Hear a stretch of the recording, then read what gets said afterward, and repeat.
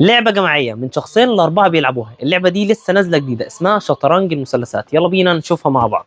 اللعبة بتيجي عبارة عن بوردة وأربع أماكن كده يتحط فيهم الكوينز ده أو النجوم دي.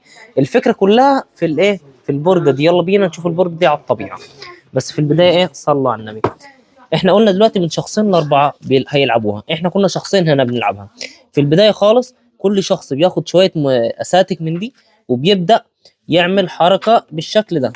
طريقة ان انا احط اللون بتاعي لازم اكون عامل مثلث قطعة واحدة، يعني مثلث شبه ده كده. اوكي، انا كده لعبت مثلا، انا لو الشخص التاني عمل كده، دلوقتي الشخص التاني يحط المثلث هنا. ليه؟ لانه عمل مثلث في قطعة واحدة. بعد كده يجي مثلا الشخص اللي بعده اللي عليه الدور يعمل كده. اوكي، كده هيحط هنا وهيحط هنا. الفكرة كلها ان انت تخلص المثلثات بتاعتك دي الاول، تكسب. اللعبة تحفة تحفة تحفة وجديدة، ولعبة مبدئيا محتاجة ذكاء، مش اي حد هيعرف يفوز فيها. سلام.